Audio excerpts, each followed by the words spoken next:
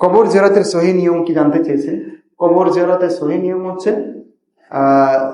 সেখানে শিরিক থাকা যাবে না, বিদআত থাকা যাবে না।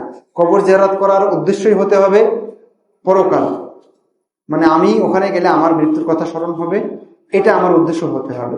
আমি ওই মৃত ব্যক্তির কিছু উপকার করব এবং আমিও উপকৃত হব।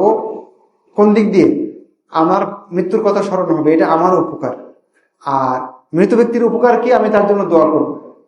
এর বাইরে তৃতীয় উপকার চিন্তা করলে সেটা বিদআত হয়ে যাবে। যেমন আমি কবর জিয়ারত করতে গিয়ে ওই মৃত ব্যক্তির কাছে কিছু চাইব, ও আমাকে কিছু দিবে, এটা করলে কি হয়ে যাবে? শিরিক হয়ে যাবে। আবার কবর জিয়ারত করতে 10 বার দরুদ শরীফ পড়ো, 5 বার এটা পড়ো সেটা পড়ো, এই সিস্টেমও বিদআত। এটা সালাফি সালেহিন থেকে নাই। তাহলে কি করব?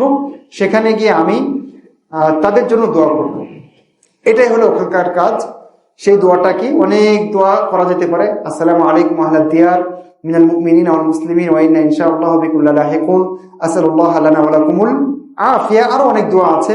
এমনকি আপনি বাংলায়ও ওখানে গিয়ে একাকী হাত তুলেও দোয়া করতে পারবেন। কবর সামনে রেখে, কিবলাকে সামনে রেখে আপনি যদি দোয়া করেন, অনেক সময় আপনার বাবার জন্য, আপনার বাবার ক্ষমার জন্য, এতেও ইসলাম কোনো বাধা দেয় না।